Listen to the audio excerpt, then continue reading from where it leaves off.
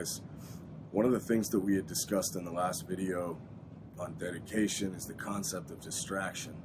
I want to talk a little bit more about distraction today, and also the ideas of technology and of comfort, and of how comfort can become an addiction in and of itself. Before I go on with the video, I want to say I'm aware that probably down here in the comments thread there's going to be some people who talk shit about this because we're talking about some of the negative effects of technology, and we're doing it on a YouTube video using the internet and all this other stuff. So I'm fully aware of the irony of this video topic and of the format in which we are presenting it. I'm not sitting here talking down to anybody. I'm just a guy who's trying to navigate my own way in this world. And most of what my life is about is trying to find the most inspiration from life that I can, and trying to squeeze the biggest amount of stories out of it that I can. So there are things that I have found in my life to present themselves as probably the biggest obstacles of those things. So all I'm trying to do here is share some of those ideas with you and maybe create some interesting dialogues. So first, let's talk about the idea of comfort. You know, this is one of man's, one of his predominant activities, I guess, is the ideas of finding comfort, of taking shelter, right? It's like a survival instinct. So, you know, we see these basic levels of removal from the natural world through even little things like clothing, shelter, fire, all this other stuff. These are things that I would call basic technologies.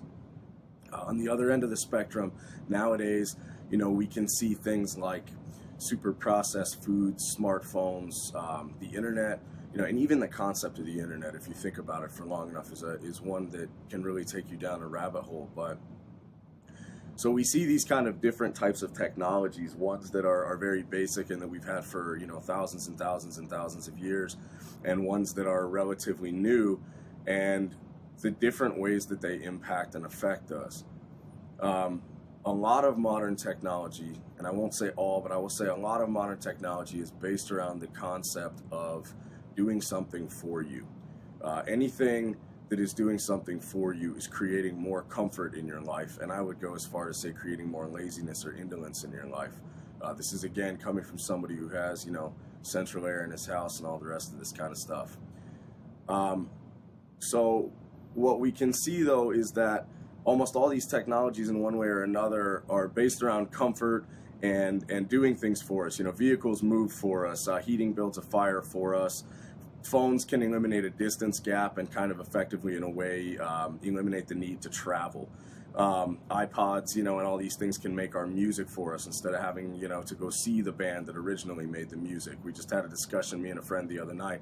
We were watching YouTube on a big screen. We were watching one of our favorite black metal bands play live. And we were talking about how, you know, this is what local music has to compete against. They have to compete against the fact that the three of us can sit here and drink a beer and watch this, you know, watch like Marduk on a big screen, instead of having to go see some local heavy metal band do their thing. It's a lot of competition. So if comfort is something that we become reliant on, anything we become reliant on can become an addiction. So if comfort becomes an addiction, then it leads to a smaller chance of risk, because when you become used to being comfortable, you want to avoid things that make you uncomfortable. Avoiding the uncomfortable leads to less risk. Less risk leads to, you know, less dangerous situations. Less dangerous situations, less victories. Less victories, less glory. Less glory, less reason to be alive. So this is sort of the crux of what I want to discuss about technology, is that, you know, without getting into too much of the heavy stuff, what I feel that a lot of technology does is it removes situations from our lives that could create stories for us. And stories are sort of one of the main reasons to be alive, right? To create a story big enough that it's worth talking about after you're gone. This is sort of one of the prime movers of a lot of the things that our ancestors did, was this idea that cattle die and kinsmen die and the man himself dies, but that his deeds can't die if they're remembered, if they're big enough to be remembered and told around the fire, you know? So stories usually come from discomfort.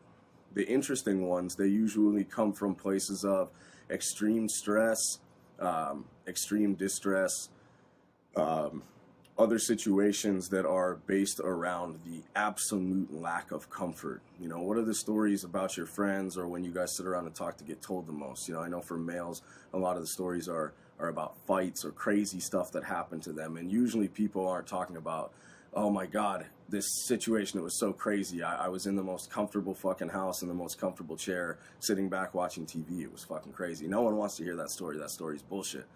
So in a way, the more we become dependent on technology and the more technology makes us comfortable and makes us reliant and addicted to that comfort, it begins to cheat us out of our individual stories. And, you know, it's given birth to this kind of Instagram generation where we see this kind of vapid blip of text, you know, over a really heavily doctored photo, and we can look at hundreds and hundreds and hundreds of them in an hour and not remember any of them because none of them were really that important, you know. And you think, what happened to these big sagas? You know, the Icelandic sagas, the Iliad, the Odyssey would now be like TLDR, you know, this internet slang, too long, didn't read.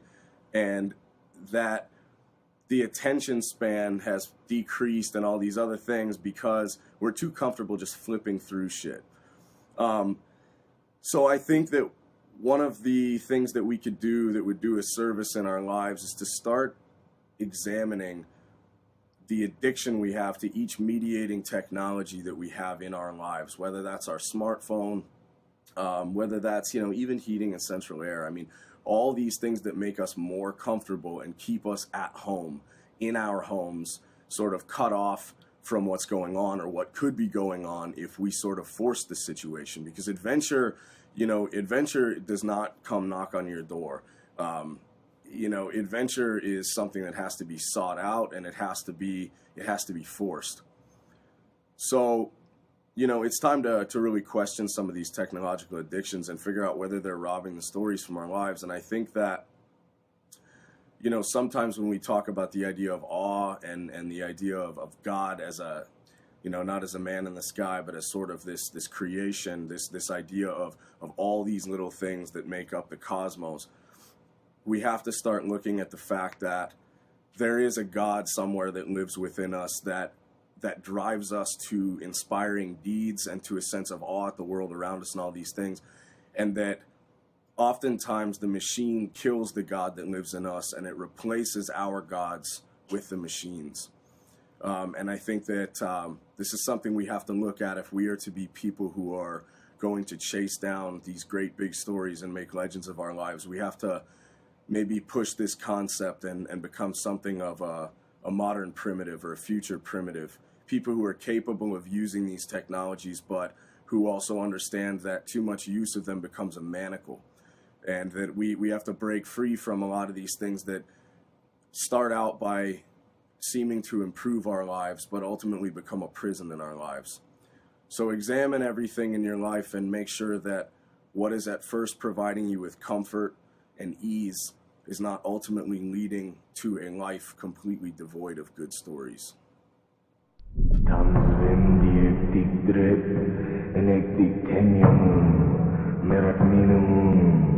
Där skall du ganga, jag det gona syner sidan av sig.